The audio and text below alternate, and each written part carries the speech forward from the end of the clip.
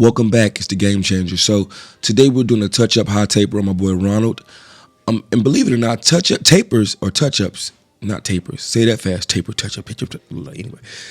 Tapers, touch-ups can be very difficult. Any type of touch-up, because what happens is the hair hasn't fully grown back, so it's a different pull on the clippers. And sometimes with these preset guidelines, because if the haircut grows in smoother, you get the urge to kind of just forget the steps and just go. I know sometimes I do it, like you'll see me do it in the back. I got a little comfortable. I didn't do the secondary guideline. So what happens is it kind of changes the whole format in which you cut. So yeah. Also with the hair being lower, shorter hair, it's harder for the clippers to cut, if that makes sense. So if a client comes in with very dense, longer hair, it's much easier for your trimmers to cut. But when the client either has a fresh cut or like stubbles, it's harder for those clippers to grab that hair and pull or cut it from the hair shaft, if that makes sense. So on the sides, I'll do pretty much the same thing. I set my primary line, my secondary line, and right now what I'm doing is I'm blending in that primary line into the primary section. Primary section is the light hair, secondary section is the dark hair. Primary line sets the skin apart from the hair, secondary line sets the light hair apart from the dark hair. Now, what you see me doing right there with the reverse method is just a version of me tapering the hair that's closer to the skin. Then I come back with my trimmers, do the exact same thing. Now, as difficult as a touch-up can be, it's actually a quicker process. Like I said, all you're really doing is just not recreating any guidelines or creative spaces. You're just following what you've already done. So yeah, that's pretty smooth. And now what I'm doing is debulking. The reason why we debulk, I'll go over it again. We debulk so that way I lighten the area. The lighter I say it all the time, the lighter the area, the easier to fade. If I try to fade into a very bulky section, what happens is I take the risk, I run the risk of tucking off these very thick chunks of hair. So what I do is I debulk down. I start with the 1.5 guard if the haircut is a 2, then I'll go to a 2 guard, and then I'll just kind of, look at me. I'll go from a 1.5 guard to a 1 guard. Then I'll go with my I had to reset myself just now. Then I'll go with my Babyliss FX no guard, or I'll use some other type of clipper. But yeah, you get the concept. So right now I'm debulking with the 1.5. Then I'll come back with the 1, which is what I have right now. And then once I lighten that area up more, I'll come with the clippers no guard. So you all watch and I'll be back soon. Oh, also with my left hand, you see that offhand? The reason why I stretch the skin is what I want to do is create a larger workspace. So I want to stretch that skin to expand the area of the scalp that I can actually fade and work with. So that offhand is stretching the skin. So you see when I stretch, the area gets bigger and then it decompresses when I let go of the skin.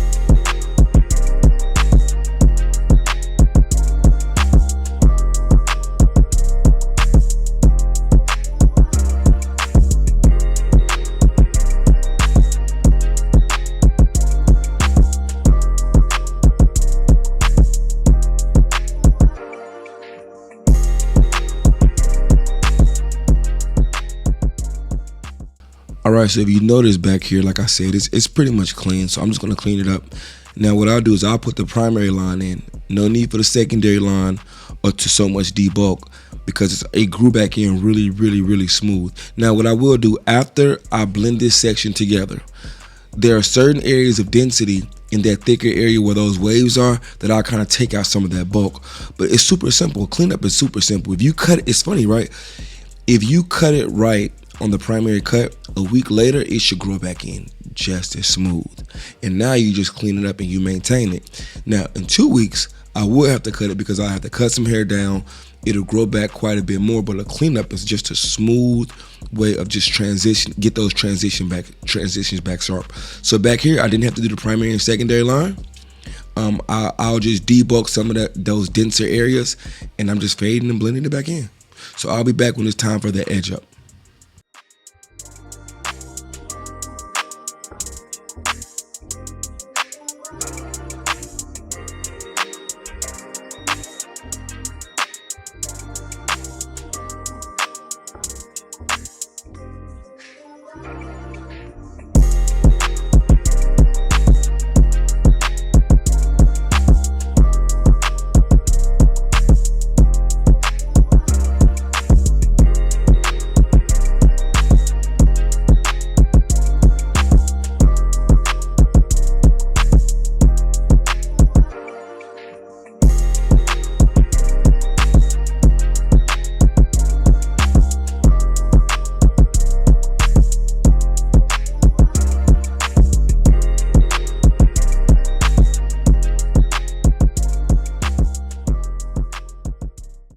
All right, so as you can see, right, that's the end of me kind of debulking right there in the area, thinning it out.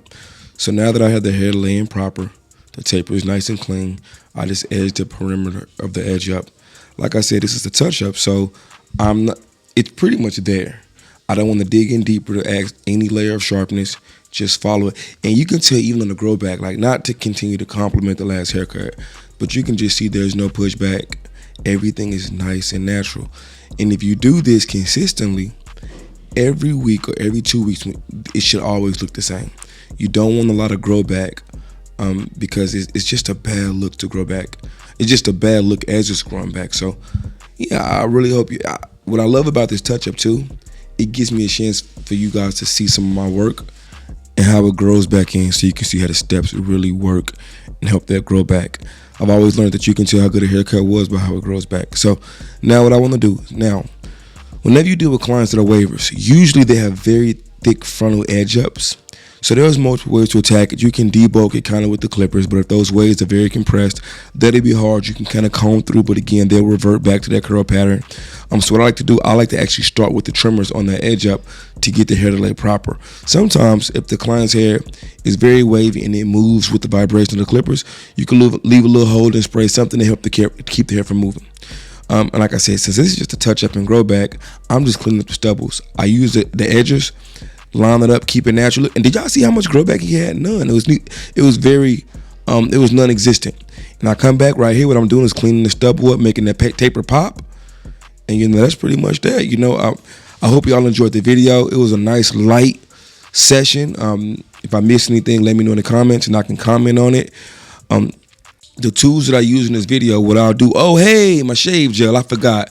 It's coming soon. Man, listen, I've been telling my wife, yo, like, I'm going to just talk right now. I'm going to spit. ISO. Bro, this shave gel, man, y'all just don't know. Like, it's legit. Clean for the skin, healing for the skin, moisturizing for the skin.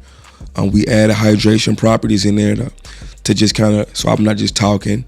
I legit, like I said, I sat with a chemist. And we literally just talk. I said, ma'am, this is what I want. This is what I don't want. I know it has to sit on the shelf for a while, so there are certain chemical properties that I don't want that I believe irritate the skin. What do you have to offer? Well, Mr. Wright, we could do this. I'm super excited, y'all. I put my heart and soul into it. My wife and I did. Hope, just like I did the taper. Hope y'all enjoy it. Boom, bada bing, bada bang.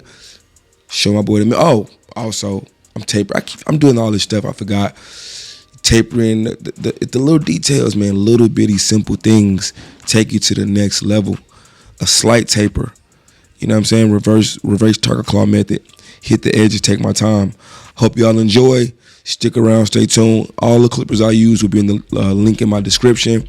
Y'all can click on and purchase y'all a pair. But stay tuned for this shave gel because it's up all the way.